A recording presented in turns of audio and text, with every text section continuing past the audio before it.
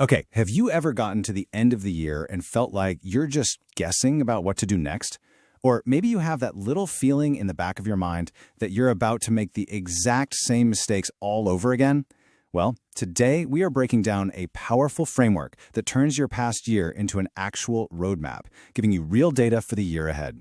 Let's get into it. So let's just dive right in. Why is it that our best laid plans, our New Year's resolutions, always seem to just fizzle out by February? Most of us just kind of drift into a new year with some vague hopes instead of having real, hard clarity. We set goals, we make promises to ourselves, and then we just watch as something gets in the way. Again. But what if the problem isn't you? What if it's not a lack of ambition at all? What if the real issue is a lack of reflection? Now, this framework suggests a really powerful idea. The key isn't just about planning for the future. It's about deeply, and I mean deeply, understanding the past. We're always so eager to set new goals that we completely forget that the most valuable data we have is from the year we just lived. And this quote just nails the core idea perfectly. We all have experiences, right? But we don't automatically learn from them. The learning, the real growth, happens when we actually pause, deconstruct what happened, and pull out the lessons. And that idea is the foundation for this entire framework we're about to walk through. So, what's the solution here?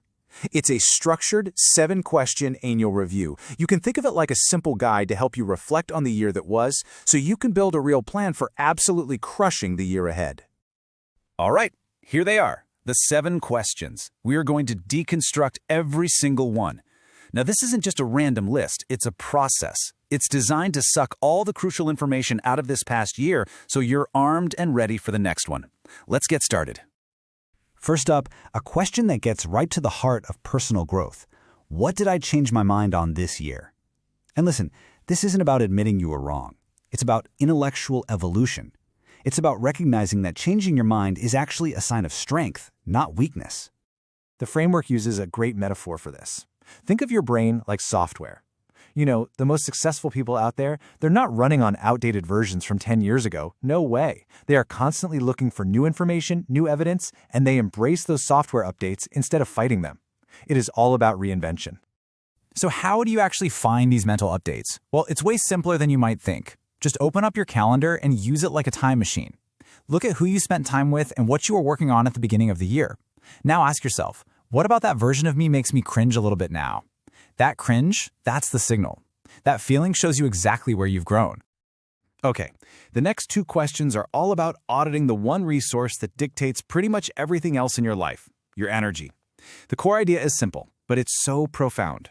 Your outcomes in life follow your energy. Wherever your energy flows, that's where the results will go. First, you identify the positives. You got to look back through your year and pinpoint the activities, the projects, the people that gave you that natural lift. Now, the key here is to notice how you felt immediately after doing something. Did it leave you feeling charged up, ready for more, or did it make you feel like you just needed a nap? That's how you find your energy sources. And of course, the opposite is just as important. What specifically drained your battery? What left you feeling totally depleted or just less human? For a lot of us, this is things like back-to-back Zoom calls or those recurring meetings that don't actually move the needle on anything. The whole goal is to identify these drains so you can start to reduce or even eliminate them. This is such a memorable way to think about it, right? An energy audit isn't just about your tasks, it's about your relationships.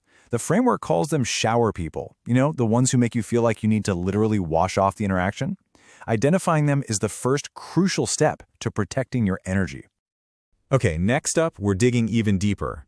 We're going to try to uncover those hidden forces that are holding you back, the things that are preventing you from operating at your full potential.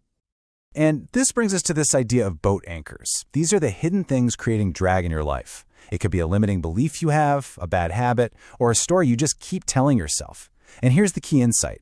Cutting the line on a boat anchor is often way faster and more effective than trying to add something new. It is progress by subtraction. So how do you find these hidden anchors? This is really interesting. The source material actually suggested using an AI as a kind of sparring partner, which led to a powerful insight. Overthinking is a giant red flag. If you consistently find yourself overthinking something, there's a very good chance that a boat anchor is buried right there. Now, this question flows directly from the idea of boat anchors. You see, fear loves the dark. By asking what you avoided, you're shining a bright light on it, and you'll often find that the monster in the closet, well, it isn't nearly as scary as you imagined. The solution for this is a fear-setting exercise. You basically deconstruct the fear. Write down the absolute worst-case scenarios if you had actually done the thing. Then, on the other side, write down all the potential upsides.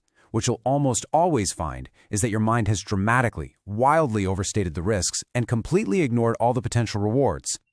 Okay, we've done the deep dive. The final two questions are all about zooming out and putting all of these individual reflections together into clear, actionable insights for the year ahead. Question 6 is about getting a really objective view of your year. Ambitious people are often way too critical. They only see the misses. And optimists, well, they tend to ignore the failures. This exercise forces you to just lay it all out. What were the big wins and what were the significant misses? And even more importantly, why did they hit or miss? And finally, it is time for the grand synthesis. After all this reflection, the whole goal is to distill everything down into the 3 to 5 most important high-level learnings from your entire year. And look, these aren't small little tactics. These are the fundamental principles, the core lessons that are going to become your strategic guideposts for what's next. These are the insights that you're going to carry with you not just into next year, but for years to come. And this is the ultimate point of the entire exercise. Because reflection without action is just entertainment. You've gathered the data, you've extracted the insights, so the only question that's left for you, what are you going to do with them to make this your most extraordinary year yet?